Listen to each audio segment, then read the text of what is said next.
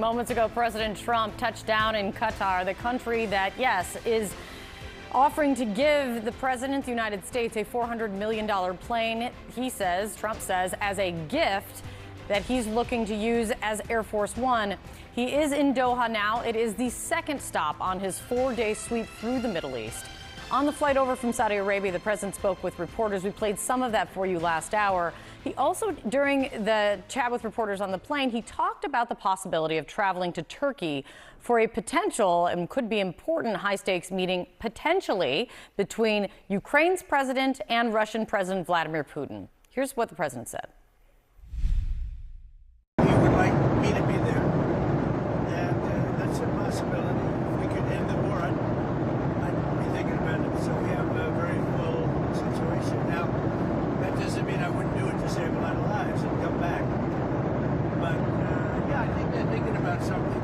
I don't know that he would be there if I'm not there. And that does seem to be some of the latest reporting. Unclear who could be going over to Turkey and the part of Russia. So stand by for more news on that.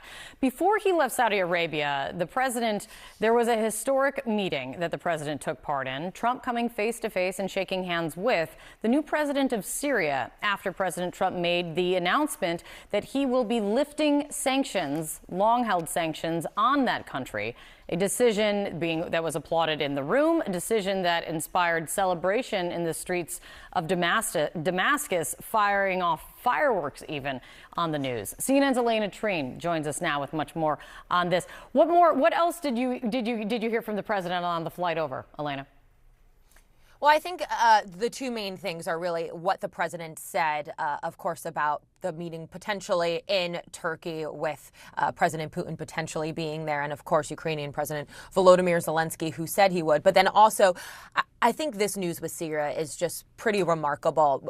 First of all, the meeting between President Donald Trump and Syria's new president is the highest level meeting they've had since the Assad regime was toppled at the end of last year. And the fact that the president yesterday met with Syria's new president and said that they would be lifting sanctions. I mean, this is a huge deal for Syria, of course, which has really been struggling for years now due to the economic strain from the United States and others that they have placed on their government. So as you mentioned, they've been celebrating that news. But I also found it very interesting what the president said on Air Force One when describing his viewpoint of how that meeting went with Syria's president. He essentially said that he was a great, young, attractive, tough guy. He said he has a strong past. I would note that Syria's president al-Shara had previously been part of a militant group referred to in English as the Victory Front, which had pledged allegiance in the past to al-Qaeda. But in 2016, he shifted gears and kind of backed away from the terror group. But just to have the president using that type of rhetoric and language to describe him,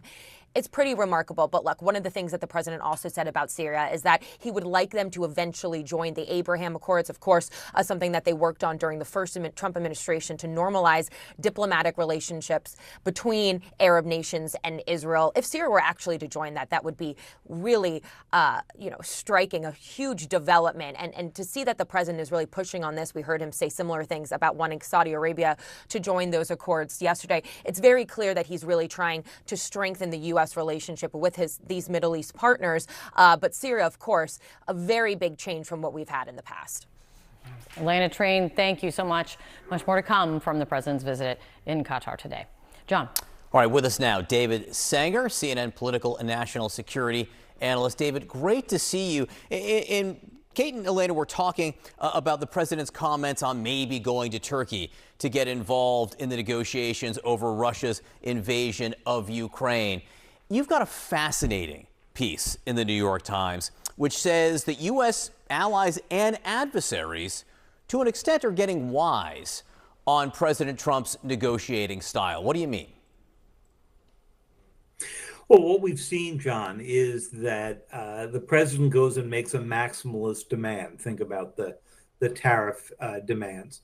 Then he gets involved in a negotiation because of the crisis it's created. And some other adversaries and allies have come to the conclusion that he will back down. The question is, how do you manage him to go do that? Well, the Chinese decided to ignore the president's advice, which was don't try to match these tariffs. They matched them. They waited for about 5 weeks as the economic impact on that sort of settled in on the US, the stock markets, the prospect of inflation or empty shelves at Walmart. And then they came and basically won a major reduction down to 30%, a 90-day negotiating period, and they gave up almost nothing in return. What does Vladimir Putin see in this? As again, we are talking about these talks, which will happen to some extent in Turkey. Right. And, I think here for the president, the key question is, when does he intervene? Usually you bring a president in as a closer, and I'm sure he would want to get involved chiefly if Putin shows up in Turkey. And Putin has not yet said whether he will do so, but this would be a way for the two to meet. Putin recognizes that the relationship between the president and President Zelensky of Ukraine has been a pretty terrible one.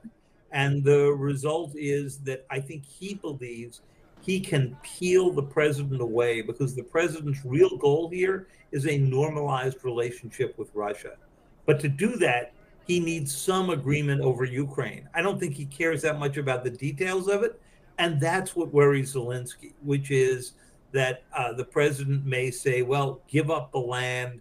You don't need security guarantees.